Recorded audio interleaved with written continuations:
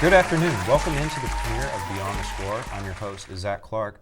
I want to give a quick overview on what this show will be about. We'll have a buy or sell discussions on various sports topics, inside looks of local sports venues, and getting to know athletes in the Lincoln area beyond the field or court.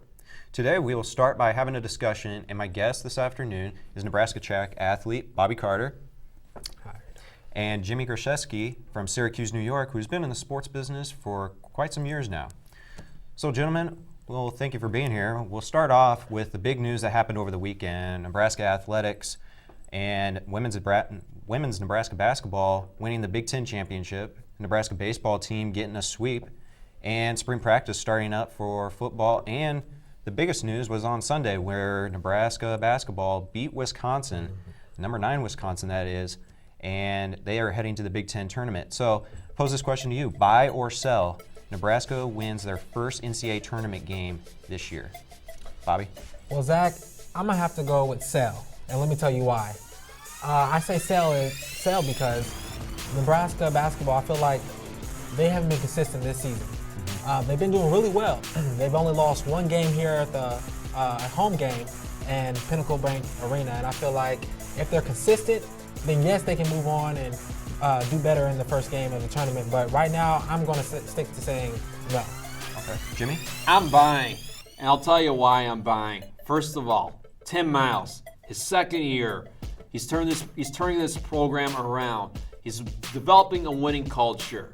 Second thing, first time in the tournament, you're probably going to be a 10 or 11 seed. Traditionally, that's a 6-11, 7-10 matchup in the first round. Those teams are usually even and are good for upsets that will happen. Nebraska's been great at home. They won 13-1.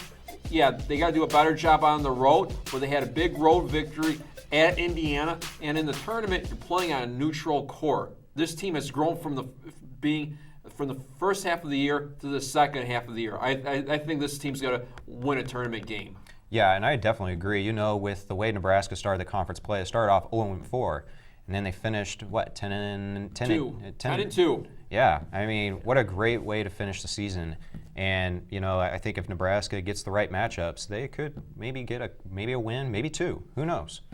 But the other big news today was Kobe Bryant.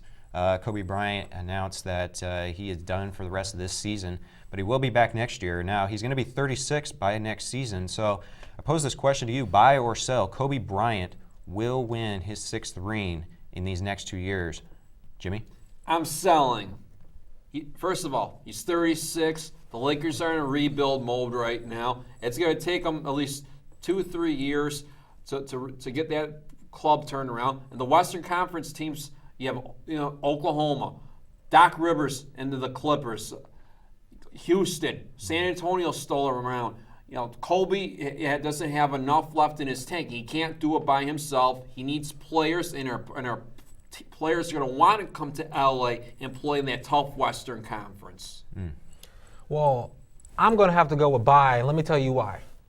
Well, Kobe Bryant has been fighting his way up ever since he got into the NBA. When he first got there out of high school, 18 years old, he had to prove to people that he was the best. Yes, he's been hurt.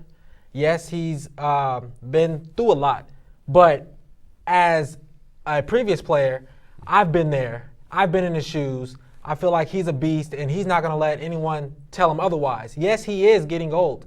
I agree with that. But guess what? Michael Jordan came back within the early 2000s. He came back with the Wizards and still was proving that he was the best player as he is today. But not so fast. He did not win with the Wizards at all. Kobe Bryant needs players around him. And our players are going to want to go to L.A. and play in that tough Western Conference out there. I know it's not going to happen for Kobe. Kobe will not win number 6 at all.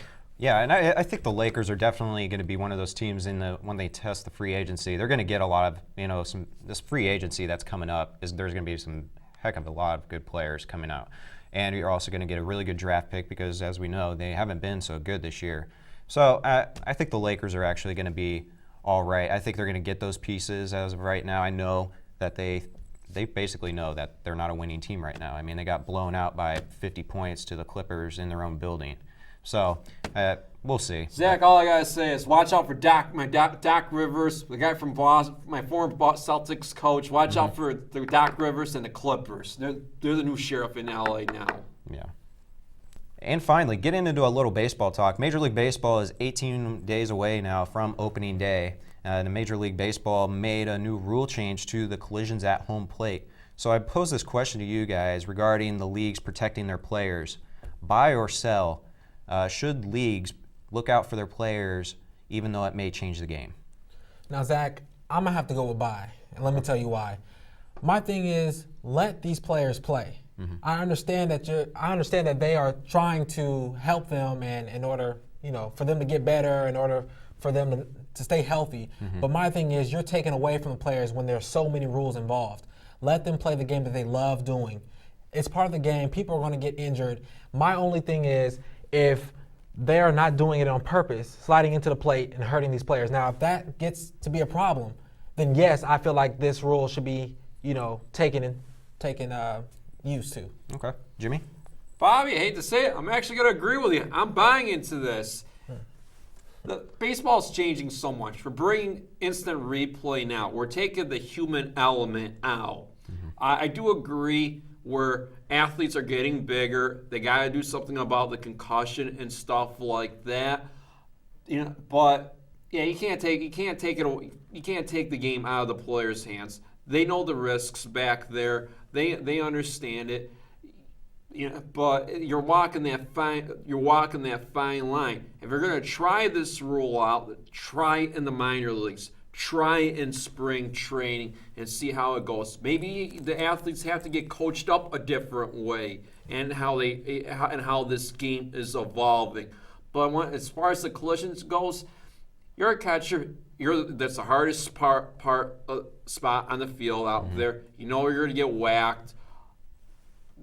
Something's got to be done, but I do agree with Bobby. You can't you can't take this away from the players. But things do have to change somewhere, Bobby, to protect the players a bit. Is it eliminating the collisions? No. Are you going to fine a guy? No. I don't think there's a really right or a wrong answer to this. But it could start there, that we looked at the NFL, what happened to the NFL. First it started with fines, and then it's going to suspensions. And now they're even thinking about banning people from leagues if it's too gruesome of a hit. So where's that fine line that you walk? Because if we go down this road, where's it going to lead to? My only thing is, what is going to happen once someone does slide in and collides with the catcher? Are they going to be suspended? Are they going to be fined? See, that's like you were saying is I feel like it can get to a point where it's beginning to be too much of a stress for the players. You don't know when you're supposed to hit the brakes or not hit the brakes at all. But the athletes are getting bigger, and they're right now. I understand they're trying to protect the catcher, but if you're not comfortable playing back there, if you can't take the hits, then don't play it. Yeah. Don't play it. Yeah, and you got to remember that these players are, this is their job that they have to do. So when they're running home, their job is to score runs. And so if they have to run over a player to do their job, what they can change is, if you're not going to run it, you can change the velocity, you can change the speed on where are they going to hit them. Do they go lower instead of going higher? You can work on that stuff so where the collision and the impact isn't as hard on where they're getting hit. But my only thing is, I feel like the major leagues, they should work on the catchers. They should work with them in practice, having them straddle the plate instead of being totally in front of the plate, so that they could swipe the player as he comes in the home plate. Or having, instead of going up the line, repositioning of the catchers to do it. So yeah, instead of taking away from the runners, like I said, I actually agree with you on this one, Bobby. Yeah, and I agree too, because you see some catchers where they totally put themselves right in the middle of the plate, like they'll block the area so nobody can come slide in between their legs or anything. Like they make a wall right on that plate, and that's If you're gonna make that wall, guess what? Then you better be prepared to make to get hit like that. Exactly, because I know when I was younger playing little leagues or semi-pro, My coach told me if they're straddling the plate, you run them over. You run them over. It's nothing against them, but you're here to play baseball. Yes. You're there to play baseball. Yep. That is all today. Thank you for joining us here at Beyond the Score. Special thanks to my guests Bobby Carter and Jimmy Grzeski. Next week, I go inside a Lincoln organization that is using skateboarding as a way to reach out to youth in the community. Really pumped for that one. Thank you for tuning in. I'm Zach Clark. From everyone here at Beyond the Score, have a good night.